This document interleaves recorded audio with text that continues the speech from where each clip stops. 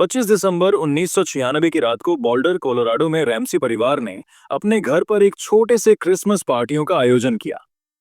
Mic और patty Ramsay ने देर रात तक मेहमानों के साथ समय बिताया, जबकि उनकी 6 साल की बेटी जॉन बेनेट बिस्तर पर सो रही थी। परिवार ने लगभग 10 बजे रात को सोने की तैयारी की। जॉन बेनेट को एक नया साइकिल गिफ्ट मिली थी, जिसे देखकर वह बहुत उत्साहित थी। घर में कोई अजीब सी हलचल उस रात नहीं हुई और परिवार ने सामान्य रूप से सभी लाइट्स बंद करके अपने अपने कमरों में चले गए। 26 दिसंबर की सुबह करीब 5:30 बजे पैटी रैमसी किचन में सुबह की चाय बनाने उतरी। उन्हें बेसमेंट के सीढ़ियों पर कागज का एक टुकड़ा दिखाई दिया, जिस पर हाथ से लिखा लंबा नोट चिपका हुआ था। नोट में जॉन बेनेट को अगवा करने और रिहाई के लिए $118,000 की फिरौती मांगी गई थी। ये राशि संयोगवश जॉन के वार्षिक बोनस के करीब थी। नोट ने पुलिस को चेतावनी दी थी कि कोई कानून प्रवर्तन अधिकारी शामिल न हो, अन्यथा बच्ची को नुकसान पहुंचाया जाएगा। पैटी ने घबराहट में 9:11 को कॉल किया। कॉल रिकॉर्ड से पता चलता है कि उन्होंने 5:52 में मदद मांगी। ऑफिसर रिक फ्रेंच 5:59 में मौके पर पहुंचे।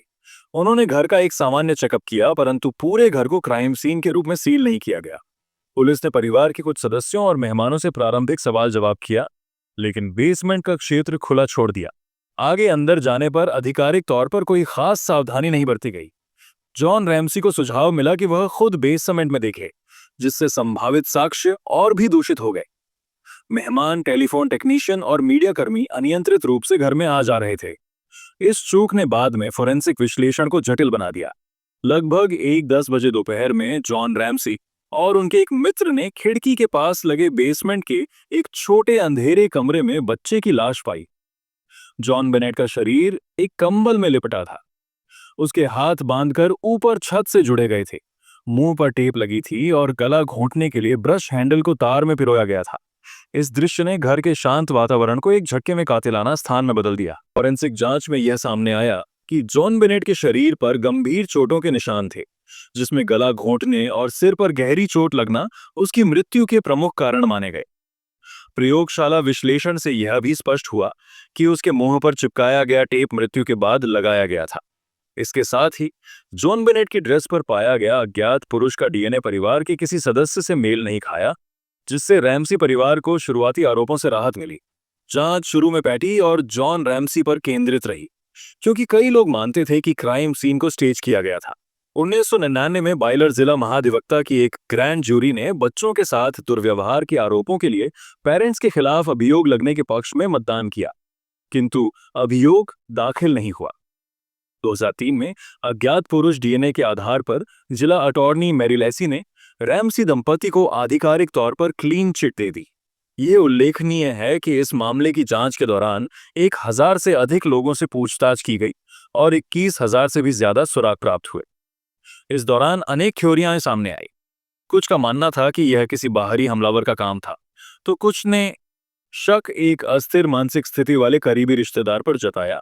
वहीं कुछ इसे घर के किसी सदस्य द्वारा रची गई योजना मानते हैं। इसके बावजूद कोई भी ठोस प्रमाण सामने नहीं आ सका।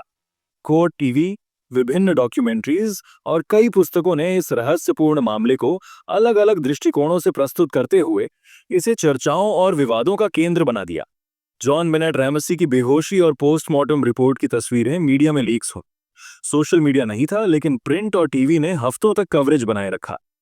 $1,00,000 रिवॉर्ड के पोस्टर हर कोने में चिपके, लेकिन कोई ठोस सूचना नहीं मिली।